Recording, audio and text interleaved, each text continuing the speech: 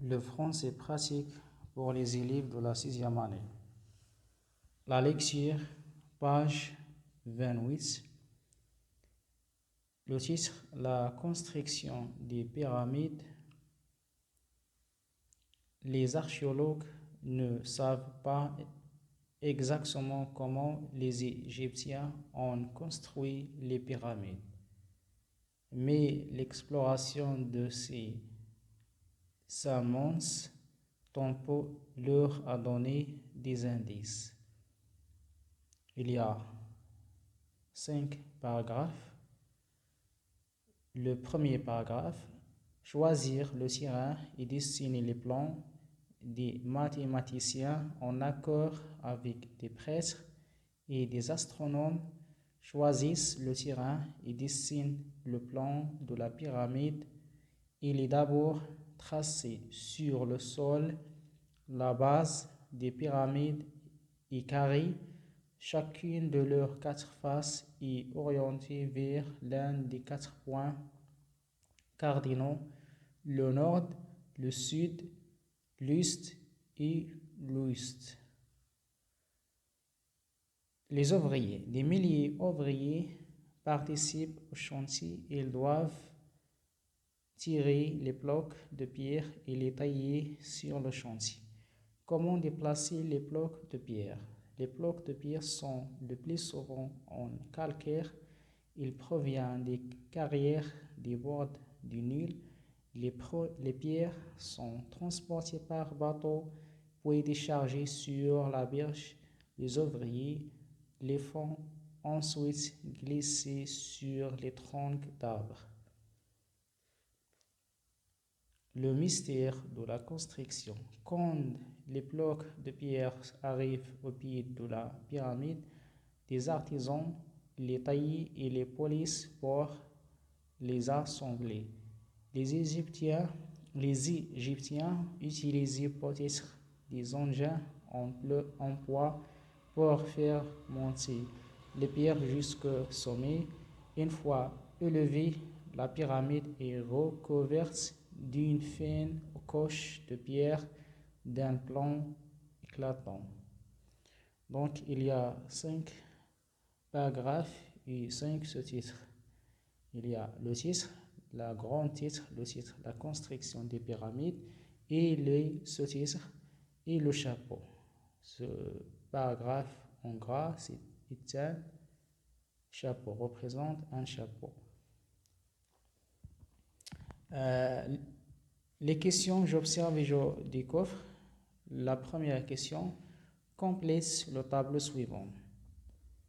Le titre, c'est la construction des pyramides. La source, Dico, c'est une encyclopédie. C'est ça la source de ce document. Le chapeau et le texte en gras de les archéologues jusqu'à des indices. Ça, c'est un chapeau. Les sous-titres, choisir le terrain et dessiner les plans. Les ouvriers, comment déplacer les blocs de pierre. Le mystère de la construction.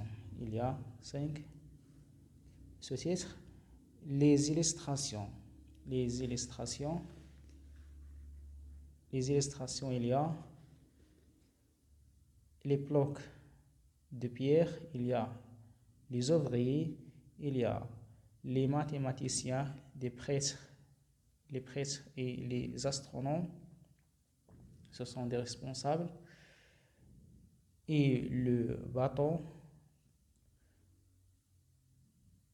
Également, il y a des engins, des outils ou bien des engins, comme le tronc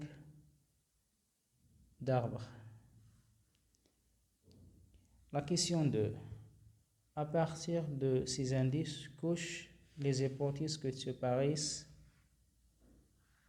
exactes. Le document traite de la civilisation des Incas, la civilisation égyptienne, la civilisation mésopotamienne. Ce document traite la civilisation égyptienne. Le document est de type descriptif, injonction narratif, et de type descriptif narratif. Après la lecture de ce texte, il y a des questions, je construis le sens. La première question. Qui s'occupe du choix des tirages et du dessin des plans des pyramides? Les mathématiciens choisissent le tirage et dessinent le plan de la pyramide. Donc la réponse est dans ce paragraphe. Les mathématiciens, en accord avec des prêtres et des astronomes, choisissent le tirage et dessinent le plan de la pyramide. La question 2.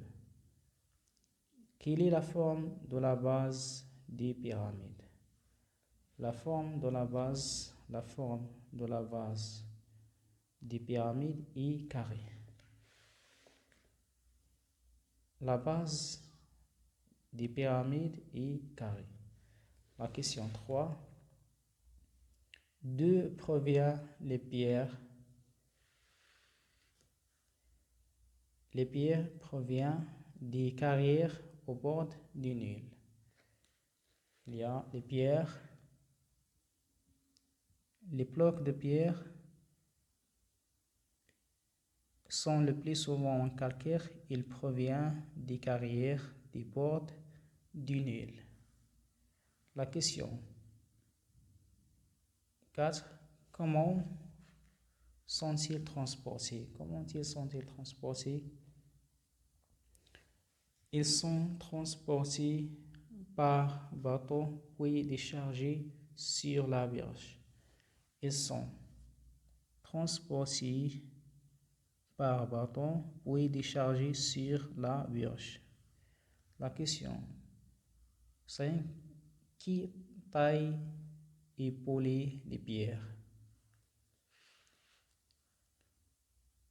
La réponse pour la question 5. Les artisans taillent et polissent les pierres. La réponse dans ce paragraphe. Des artisans les taillent et les polissent pour les assembler. La question 6. Combien d'ouvriers participent au chantier?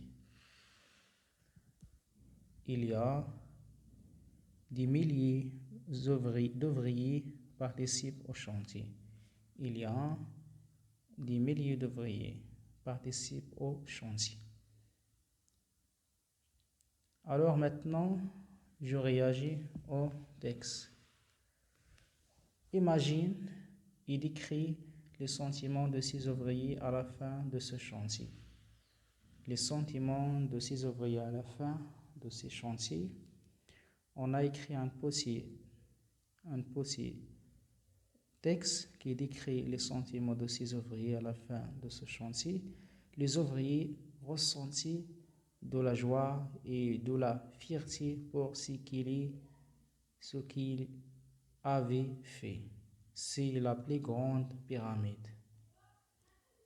Les ouvriers ressentaient de la joie et de la fierté pour ce qu'ils avaient fait. C'est la grande pyramide.